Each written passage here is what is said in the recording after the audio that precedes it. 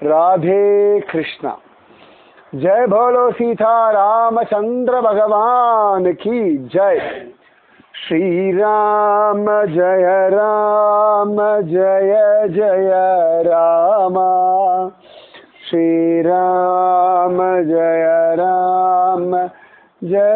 जय राम। श्री राम जय जय राम।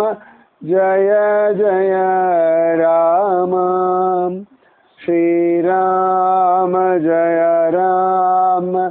जय जय राम।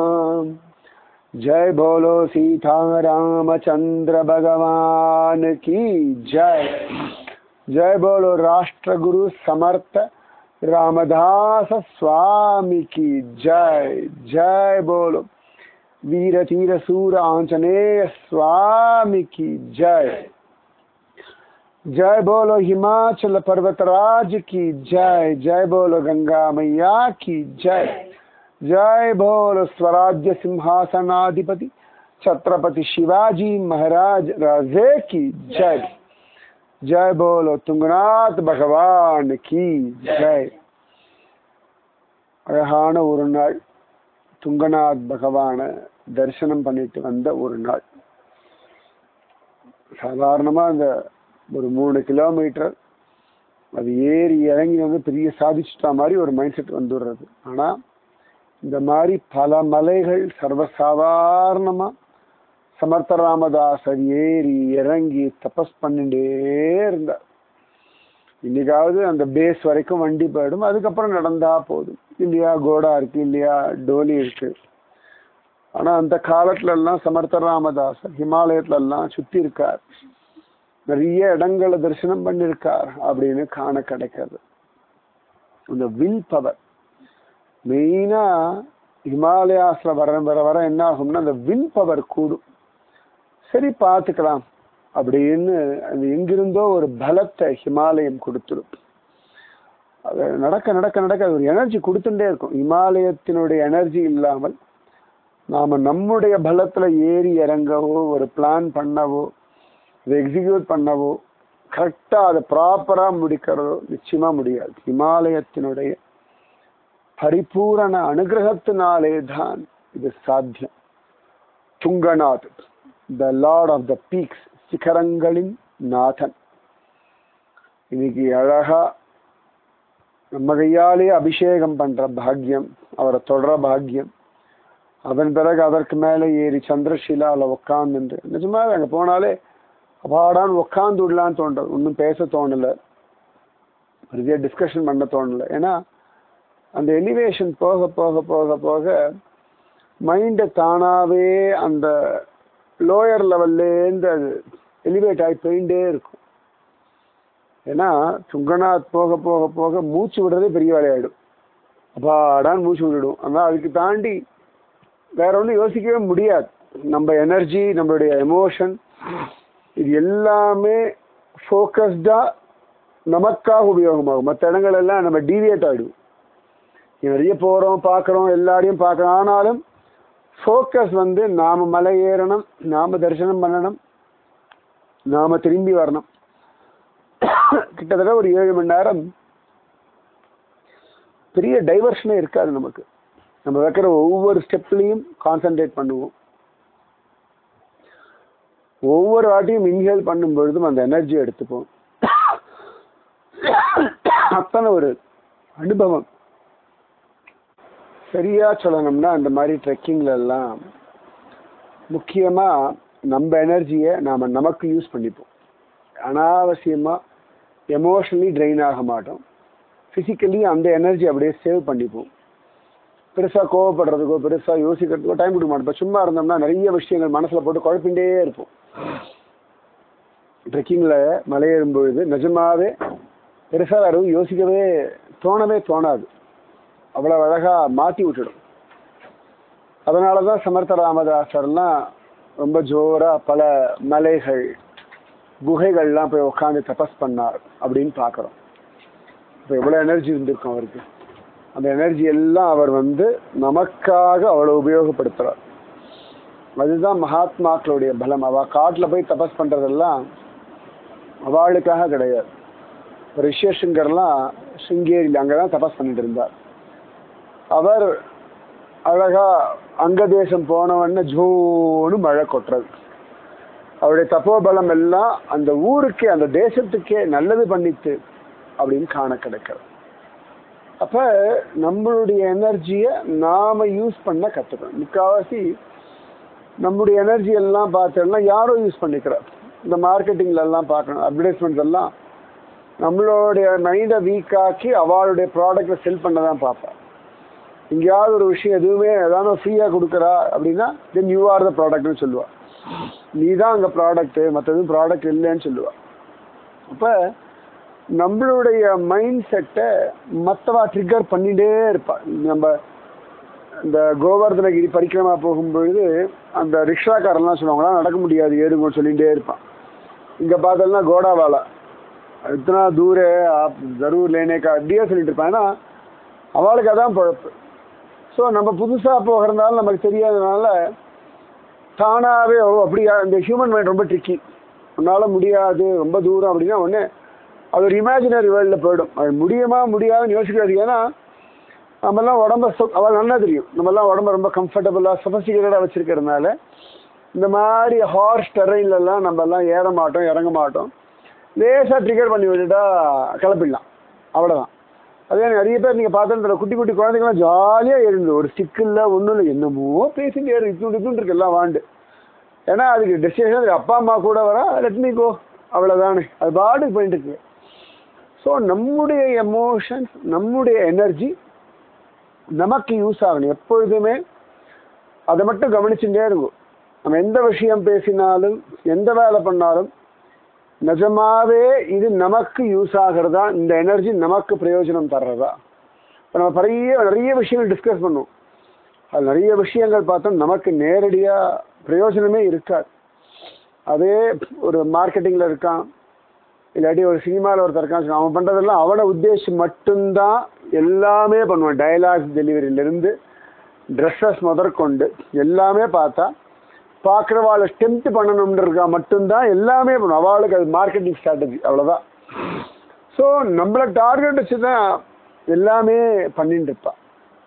ஸோ நாம் ஸ்ட்ராங் ஆகிறது ஒன்று தான் வழி. சமர்த்த ராமதாசர் இந்த விஷயத்தை தான் ஃபோக்கஸ் பண்ணி ஜனங்களுக்கு ஒவ்வொருத்தருக்கும் ஒவ்வொரு விதமாக அதை புரிய வைக்கிறார். அதனால தான் பாமர ஜனங்கள்கிட்ட பீடா வாங்கிப்பார், திடீர்னு ஒரு பெரிய மேலா பண்ணுவார், எல்லாரையும் வர சொல்லுவார், எல்லா சம்பிரதாயத்துக்காராலையும் கொண்டாடுவார். அதான் நேற்று கூட சொல்லியிருந்தேன் இல்லையா, துங்குநாத்தில் எங்கேயோ மலை மேலே இருக்குது, எல்லா சமயத்தையும் எல்லாரும் ஒன்றும் வரப்போகிறது கிடையாது. ஆனால் அந்த ஜனங்கள் அந்த கல்ட்டு ஃபாலோ பண்ணிட்டு அவரை வச்சுட்டு இருக்கா. பாட்டு எவ்வளோ வருஷம் இத்தனை வருஷமாக இது பத்திரமா வச்சுருக்கான்னா அவளுக்கு துங்குநாத் பிரத்யக்ஷம். நமக்கு ஹைக்கிங் ட்ரெக்கிங் ஒரு அட்வென்ச்சரஸ் ஒரு ரீச்சிங் டெஸ்டினேஷன். அவளுக்கு துங்கநாத் பிரத்யக்ஷ பிரம்மம். எங்கள் பகவான் எங்களை காப்பாற்றுறான். இல்லாட்டி அந்த குளிரில் இந்த மழையில் அந்த ஹைட்டில் எவ்வளோ நாள் இருக்க தோணும் யோசனை பண்ணி பாருங்க. நம்ம ஒரு நாள் போயிட்டு இதையே பேசிட்டு போவோம், திருப்பி துங்கநாத் ஏற போகிறோமோ தெரியாது. ஆனால் நாங்களாம் துங்கநாத் போயிட்டு சொல்லிடுவோம். இந்த ஒன் டே நம்ம நாக்குத்தள்ள வீடியோலாம் காமிச்சிருந்தா அப்புறம் யாருக்கும் பேச மாட்டோம். சேஃபாக அதெல்லாம் அடிக்காமல் ரொம்ப ஃப்ரெஷ்ஷாக இருக்க மாதிரி வீடியோ ரீல்ஸ் எல்லாம் பண்ணிவிட்டு சமத்தா அப்படியே துங்குநாத் அப்படியே ரொம்ப ஈஸியாக மாதிரி ரொம்ப ரீல்ஸ் வேறு ரியாலிட்டி வேறு தானே எல்லா இடங்கள்லையுமே பார்க்கலாம். என்னோட சிஷ்யா தான் சொல்லுவார், ஹிமாலயாஸ் வீடியோலாம் ரொம்ப அழகாக இருக்குது, நான் ஏறும்போது நிஜமாவே நாக்கு தள்ளுறது. நீங்கள் நாக்கு தள்ளுற மாதிரி இல்லை வீடியோ போடலன்னே கேட்டான். எல்லாருமே நீங்கள் ஃப்ரெஷ்ஷாக கதையெல்லாம் நல்லா உட்காந்து சொல்கிறது. ஏறுற டெரெயின் வீடியோலாம் போட்டு அதெல்லாம் 2-3 ஹவர்ஸ் தான் போகலாம் கட்டாயம் வாங்கணும்னு மட்டும் நீங்கள் சொல்கிறேன். ஆனால் இதெல்லாம் கட்டாயம் இல்லை முடிஞ்சால் தான் வர முடியும் அப்படின்னு சொல்லுவாள். அப்போ நம்ம மைண்டு ரொம்ப ட்ரிக்கியாக அப்படி விளையாடிண்டே இருக்கும். ஸோ சமர்த்த ராமதாசர் என்ன பண்ணுறாருன்னா அந்தந்த கல்ட்டு அந்தந்த ஜனங்கள் ஒன்று வேண்டாம். நேற்றி நான் கேட்டிருந்தேன் இந்த பஜனை கேட்டேன் ராத்திரி. அந்த வேலை செய்த வாட்டை கேட்டது என்ன பஜனை, ஏகாதசி பஜனை. இல்லை எங்கள் ஊர் குல தேவத்தை நாக தேவதா உண்டு, அதுக்காக பஜனை பண்ணுவோம். ஸோ ஒவ்வொரு வீட்டில் அந்த மாதிரி அப்பப்போ வச்சுப்போம், எல்லாரும் ஒன்றா சேர்ந்து பஜனை பண்ணுவாள். நைட்டு 11 மணி வரைக்கும் பஜனை பண்ணுவோம். எல்லாரும் சாப்பிடுவோம். யோசனை பண்ணி பாருங்க, எங்கேயோ ஒரு கிராமம், இங்கே பக்தி பண்ணா என்ன பண்ணல என்ன யாருக்கு தெரிய போகுது. யாரோ ஒருத்தர் பாடிட்டே இருந்தார் ராத்திரி 11 மாதம் 11 மணி வரைக்கும் பாடிட்டு இருப்போம். அதுக்கப்புறம் நின்றுட்டு தான் சொன்னேன், நான் டிஸ்டர்பன்ஸ் சொல்லப்பா என்னன்னு தெரிஞ்சுக்கிறதுக்காக சொன்னேன். எங்கள் ஊர் குல தேவதா நாக தேவதா, அதுக்கான பூஜை. யோசனை பண்ணி பாருங்க. இப்போ அந்த கல்ட்டு இருக்கிறதுனால அவளுக்கு ஒரு கெட் டுகெதர், ஒரு 3 hours பஜனை, அவள் மைண்டு அதை நல்லா கவனிச்சு பார்க்கணும். இங்கே அவளுக்கு டீவியேஷனே கிடையாது, சினிமா கிடையாது, மால் கிடையாது, டிராஃபிக் கிடையாது, நிறைய டைம் இருக்கு அவளுக்கு. இப்போதான் மொபைலு நெட்ஒர்க்லாம் வந்துருக்கு, அவ்வளோ டைம் இருக்கு இல்லையா.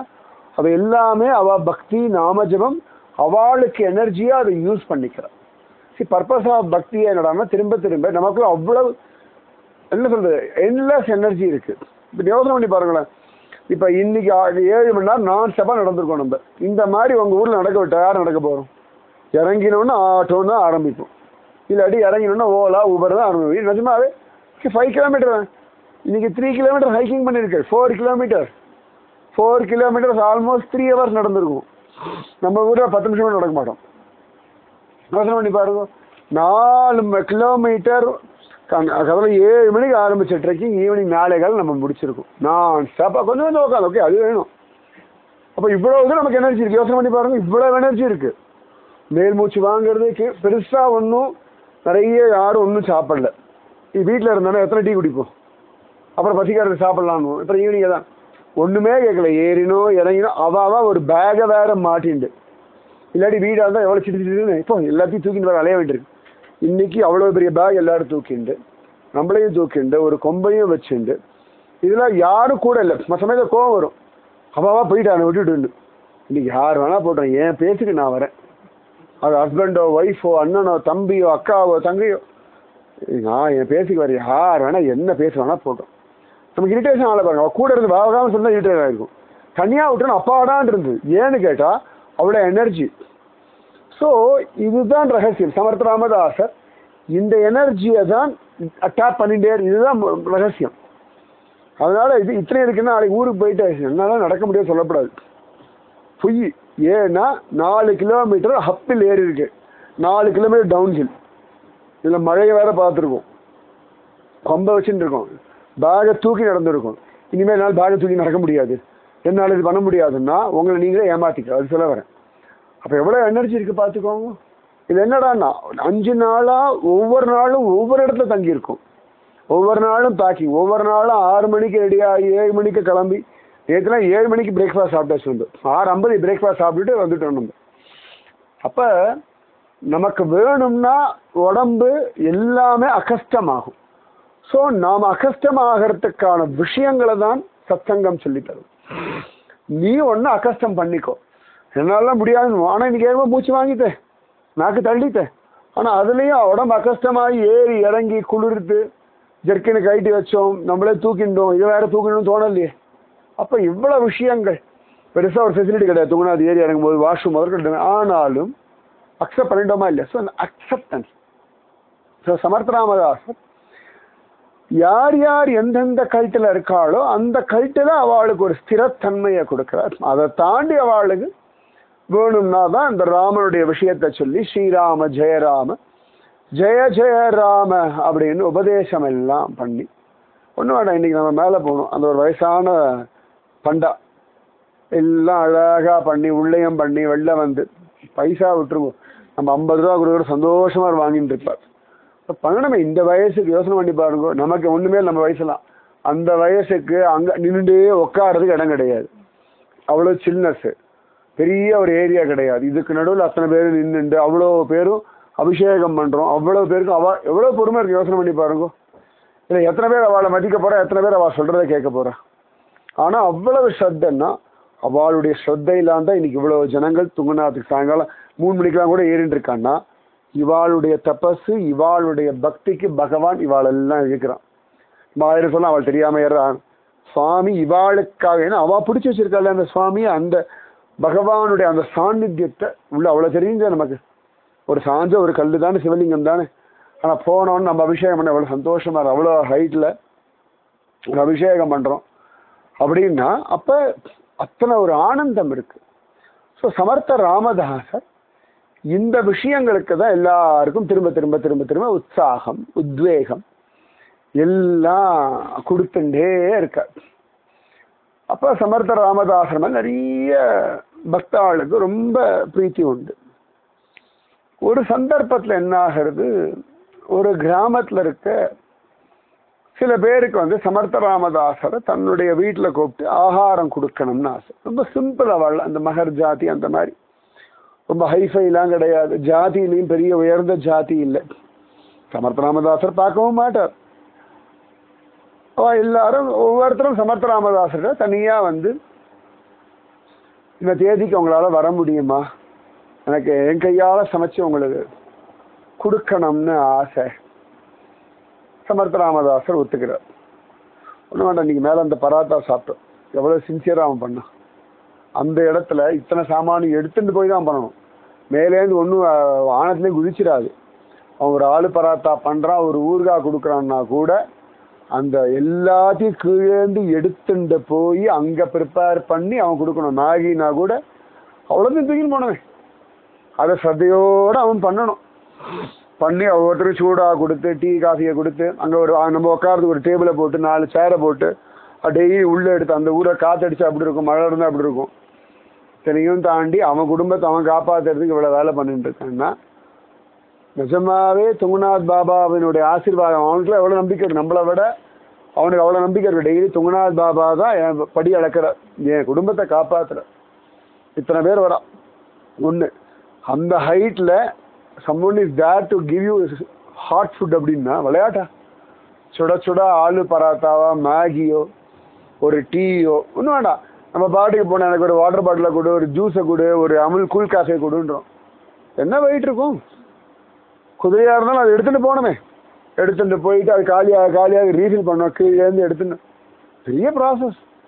இந்த 6 மாதம் வருவான். இந்த 6 மாதத்துக்கு உட்காந்துட்டு எல்லாம் பண்ணணும். அவனுக்கு ஃபேமிலி இருக்கும், அவனுக்கு எல்லாம் இருக்கும். அவனுக்கு காலங்கத்தால் எத்தனை மணிக்கு வந்திருப்பான். நம்ம சொல்ல மழைக்கு முன்னாடி நம்ம வந்துட்டு பண்ணுறோம். இந்த மழையில் தான் வந்திருப்பான்.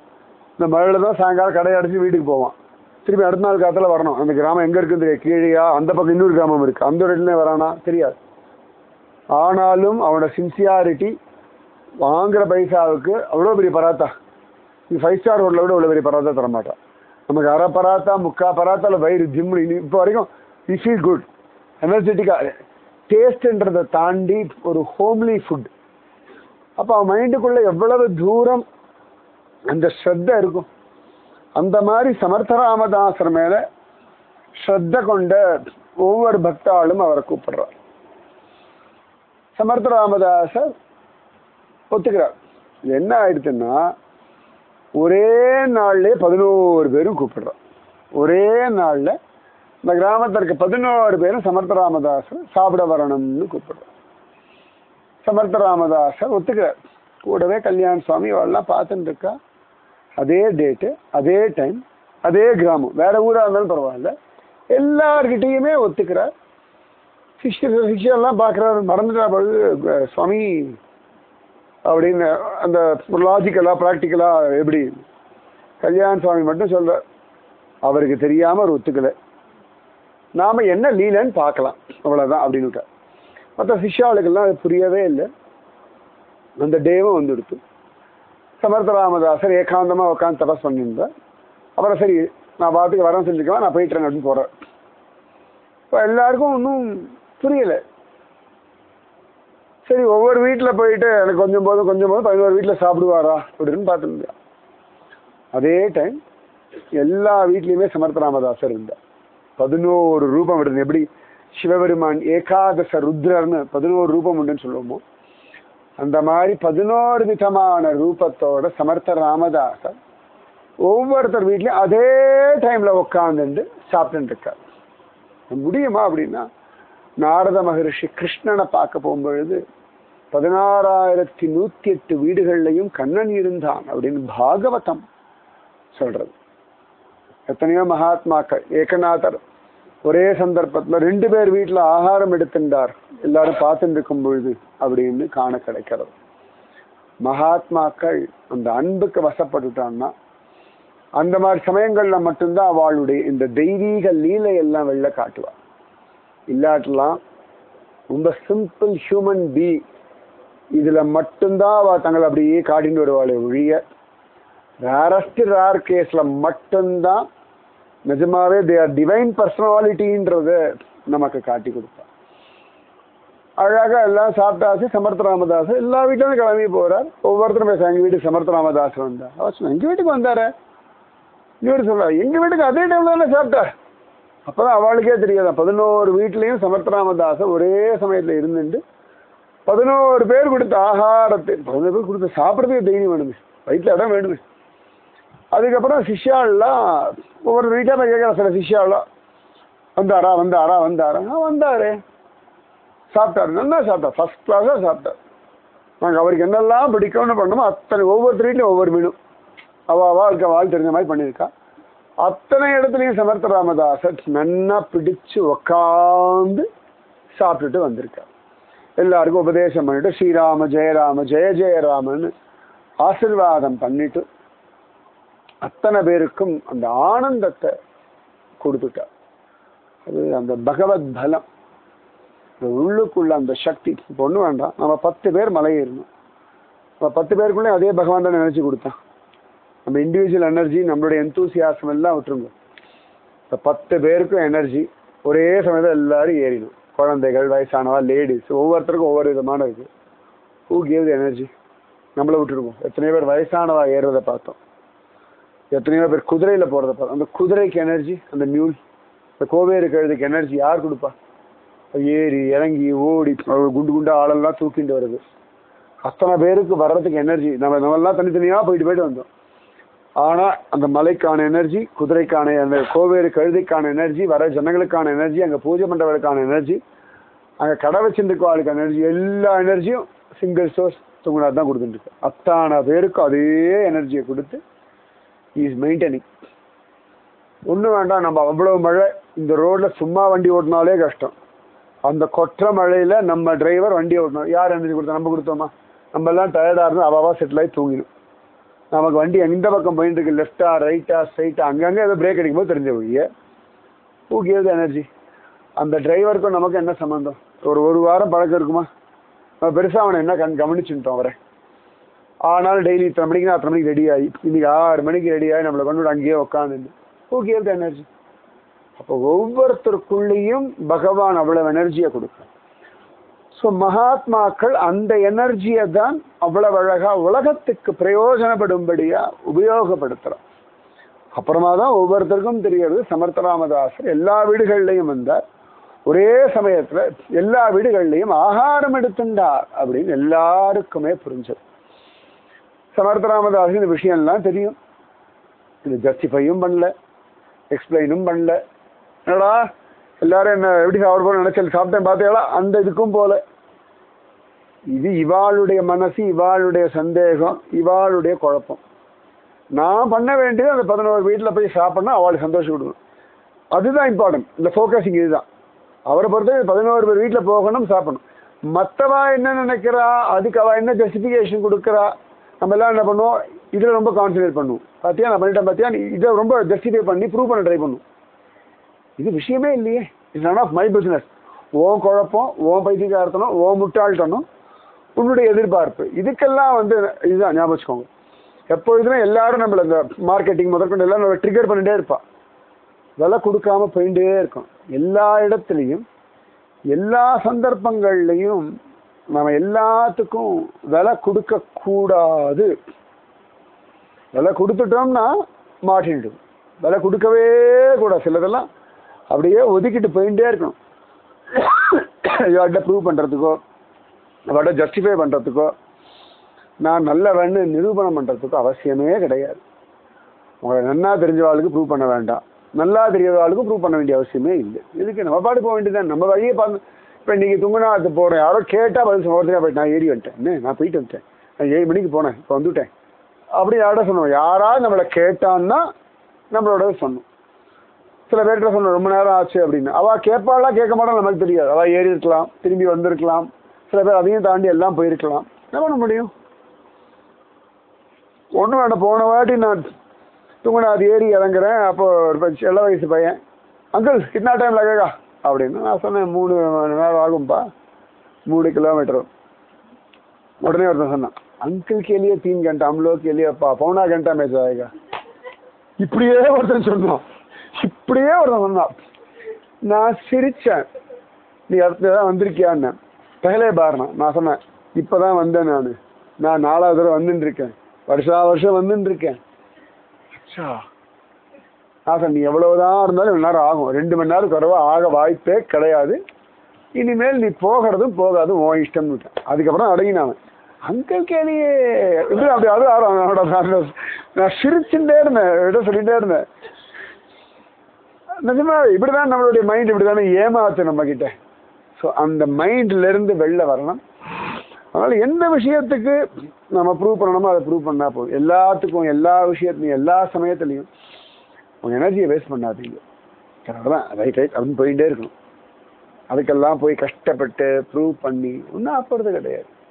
இப்போ அந்த மரம் செடி கொடியெல்லாம் இருக்கு. நம்ம காட்டில் எவ்வளோ பூ பார்த்தோம், எவ்வளோ பழம் பார்த்தோம், அதெல்லாம் ப்ரூவ் பண்ணுறதானே. இப்போ நம்ம நேற்று அந்த கல்பேஸ்வர் தியான் பத்ரிலாம் போகிறோம். அவ்வளோ பீச் கீழே விழுந்து கிடக்கு. அந்த மரம் புலம்பித்தா நல்லா பழம் கீழே விழுந்து கிடக்கு. எல்லாம் மெதிச்சுட்டு போயிட்டு இருக்கா. நான் பழுத்தாச்சு, கீழே விழுந்தாச்சு, வேணுன்றதா எடுத்து சாப்பிட்டுக்கிட்டோம், மெதிக்கிறதா மெதிச்சுட்டு போட்டோம். ஐ டிட் மை ஜாப், அவ்வளோதான். அதுக்கு மேலே யோசிக்கவே இல்லை.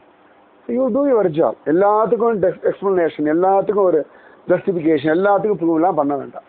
இதெல்லாம் சமர்த்த ராமதாசர் ப்ராக்டிக்கலாக நமக்கு சொல்லித்தரேன். ஏன்னா சில சந்தர்ப்பங்களில் மனுஷா கிட்ட நம்மளை ஜஸ்டிஃபை பண்ணுறதுக்கு ப்ரூவ் பண்ணுறது நிறைய எனர்ஜி ஆகிடுறது.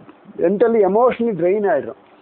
அது யாராக வேணா இருக்கட்டும், ஒர்த்தா புரியும் இல்லாட்டலாம் just leave it, let it go. சிலதெல்லாம் விட்டுட்டு போயிட்டு இருக்கணும். சும்மா சும்மா சும்மா சும்மா பிடிச்சிக்க முடியாது. மரங்கள் போல அந்த இலை இனிமேல் யூஸ் இல்லையா, அப்படியே பழுத்துரும், அப்படியே விட்டுட்டு போயிட்டே அடுத்த இலையை பார்த்துட்டு போயிட்டே இருக்கும். That is the way it should be. அதுக்கு மேல யோசிக்கவே கூடாது. இந்த குதிரை போறத அதுக்கு ஏறுறவா என்ன சைஸு, என்ன வெயிட்டு வேணா தெரியும், அது ஃபீல் பண்றது. என்ன ஊரு ஒன்றும் இல்லையா. சரி எங்க முதலாளி சொல்றான் மேலே ஏற்றுறேன், திரும்பி வரும்போது காலியா வரணுமா வரேன், கொள்ளு தீனணுமா திங்குறேன், போயிட்டு திரும்பி வரணுமா வரேன், அவ்வளோதானே. அவரோட லைஃப் இப்படியே தானே போயிட்டு இருக்கு.